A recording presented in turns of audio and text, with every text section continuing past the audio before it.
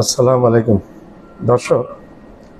ভারতে মোদি বিরোধী আন্দোলন এখন খুবই তুঙ্গে। এর মধ্যে বিজেপির সাম শর্মা বলেছে যারা বাংলা ভাষায় কথা বলে তারা নাকি বাংলাদেশি, বাংলা ভাষা নাকি কোনো ভাষাই না। এগুলো শুনে চরম ক্ষেপে গিয়েছে পশ্চিমবাংলার মানুষ এবং স্বয়ং মুখ্যমন্ত্রী মমতা ব্যানার্জি। উনি রাস্তায় নেমেছেন এবং আন্দোলন করছেন, মোদিকে পদত্যাগ করার জন্য বলেছেন খুব দ্রুত। এই যে বিজেপি এবং মোদি, অমিত শাহ, তারপর এদিকে আছে অজিত দোভাল, যোগী আদিত্যনাথ, এই সমস্ত মানুষগুলা খুব ক্রিটিক্যাল টাইপের মানুষ। এগুলা মানুষের অকল্যাণ ছাড়া কল্যাণের কোনো কিছু চিন্তাই করে না। এরা এদের মাথায় থাকে শুধু মানুষের কেমনে অকল্যাণ করা যায়, বিশেষ করে মুসলমানদের। চরম মুসলিম বিদ্বেষী এই সমস্ত লোকগুলা এবং ইসলাম ধর্মের প্রতি অসহিষ্ণু বাজে মনোভাব দেখায় এরা। গরু হত্যা পর্যন্ত তারা বন্ধ করতে ছিল এবং এই পর্যন্ত প্রায় 200-র উপর মসজিদ ভেঙেছে। তার সাথে জড়িত যোগী আদিত্যনাথ, তারা বলে বুলডোজার মুখ্যমন্ত্রী। এটা চামার ছাড়া আর কিছু না। আসলে ভারতের এই সমস্ত মন্ত্রীগুলা মাথায় মনে হয় তেমন একটা কোনো বুদ্ধি নেই। প্রধানমন্ত্রী সহ অমিত শাহ,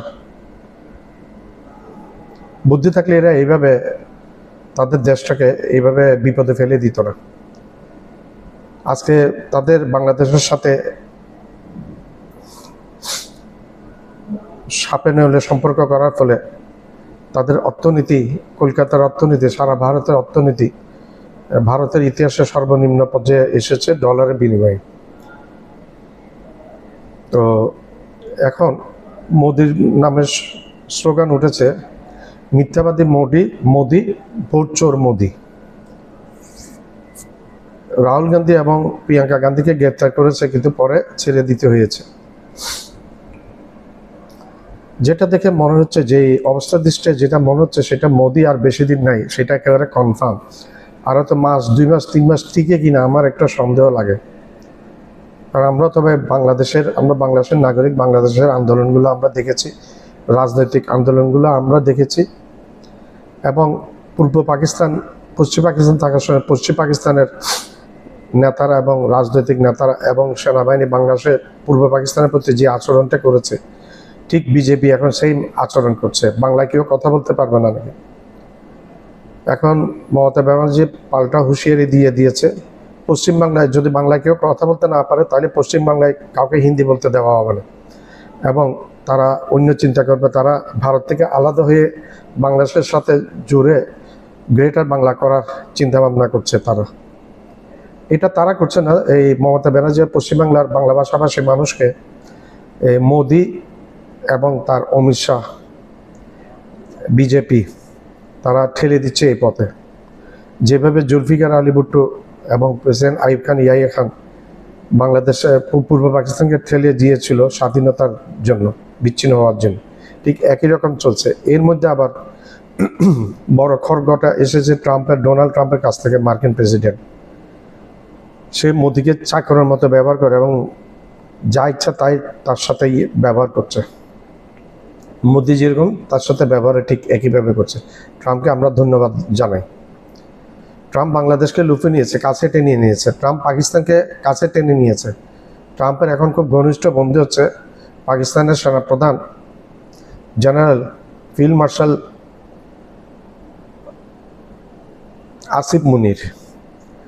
বিগত 1.5 মাসের মধ্যে 2বার পাকিস্তানের ফিল্ড মার্শাল জেনারেল আসিফ মুনির সেনাপ্রধান 1.5 মাসের মধ্যে 2বার সফর করেছে আমেরিকাতে, যার বিশ্বে নজির নাই এর পূর্বে। এবং ডোনাল্ড ট্রাম্পের সাথে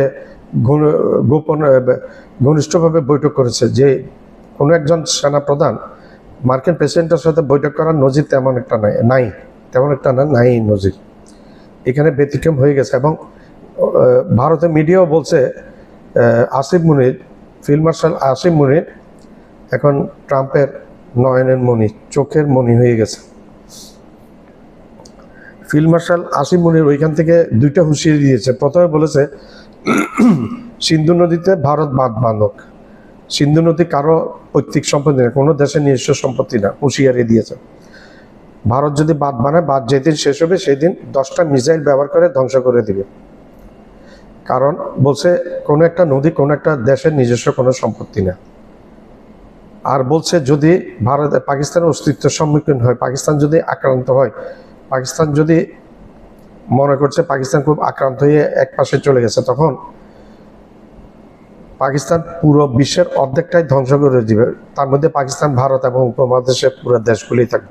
পুরো বিশ্বের অর্ধেককে নিয়ে পাকিস্তান ধ্বংস করে দিবে তার নিউক্লিয়ার ওয়েপন্স ব্যবহার করে। আসিম মুনির বলেছে, ভুলে যেও না পাকিস্তান পারমাণবিক শক্তির অধিকারী। বিগত 2 মাস আগে পেহেলগাম ইস্যু নিয়ে এই চাওয়ালা মোদি দুইটা রাতের অন্ধকারে পাকিস্তান আক্রমণ করে ভুল করে ফেলেছে। সে বুঝতে পারে না যে পাকিস্তান তার আঘাতের জবাব এইভাবে তাকে পাল্লাতে মেপে মেপে দিবে এবং অনেক গুণ বেশি করে দিবে। মোদি রাতের অন্ধকারে বেসামরিক এলাকায় আক্রমণ করেছে, মসজিদ মাদ্রাসা আক্রমণ করেছে, শিশু পর্যন্ত মারা গেছে, কিন্তু পাকিস্তান দেখে দেখে সব সামরিক স্থাপনাগুলো ধ্বংস করেছে। 1 ঘন্টা 2 ঘন্টার মধ্যে 6টা ফাইটার প্লেন ফেলে দিয়েছে, ভূপাতিত করেছে ভারতের। তার মধ্যে 3টি বিশ্বসেরা রাফেল ফাইটার প্লেন, একটা সুকোই রাশিয়ার, আরেকটা রাশিয়ার মিগ ফাইটার প্লেন, আর একটা নাকি সেটা কোন দেশে জানি না, মোট বলছে 6টা। এবং প্রচুর পরিমাণে ড্রোন ভূপাতিত করেছে, ইসরায়েলি ড্রোন, ভারত যেগুলি ব্যবহার করে। তো ভারত অনেকটা কোণঠাসা হয়ে গেছে এবং প্রচণ্ড এক মাইর খেয়েছে পাকিস্তানের কাছে, যেটার কোনো আর তুলনা নেই, যেটার তুলনা আর কোনো কিছু নেই। তো আর ভারত যেটা, মোদি যেটা ভুল করেছে, আমেরিকার সাথে পাঙ্গা নিয়ে আমেরিকা বাংলাদেশকে ট্যারিফ বসিয়েছে 25, পাকিস্তানকে বসিয়েছে 19, আর ভারতকে বসিয়েছে 50। এখন বাংলাদেশের একদিক দিয়ে সুবিধা হয়ে গেল, ভিয়েতনামের সুবিধা হয়ে গেল। বাংলাদেশ, ভিয়েতনাম এবং পাকিস্তান কম মূল্যে রপ্তানি বাজারে পোশাক বিক্রি করতে পারবে, যেটা ভারত পারবে না। ভারত 50% ট্যারিফ দিয়ে ভারতের পোশাক কেউ কিনবে না এত দামে। এবং ভারতের এইটার ফলে ভারতের গার্মেন্টস প্রতিষ্ঠান, ব্যবসা ভারতের লাটে উঠে যাবে, ধ্বংস হয়ে যাবে অর্থনীতি, এবং হাজার হাজার গার্মেন্টস বন্ধ হয়ে যাবে। লক্ষ লক্ষ শ্রমিক বেকার হয়ে একটা নৈরাজ্যমূলক মূল্যকে পরিণত হবে, যেটা পরিশেষে বিদ্রোহ সৃষ্টি করবে এবং নরেন্দ্র মোদীকে এবং তার মন্ত্রিসভাকে কান ধরে ধরে, ঘাট ধরে ধরে নামে রাস্তায় পিটিয়ে মারবে, এরকম আশঙ্কা করছে। আর আমেরিকাকে যদি মানাতে না পারে, মোদির ক্ষমতা বেশি দিন থাকবে না, সেটা একবারে 100% নিশ্চিত।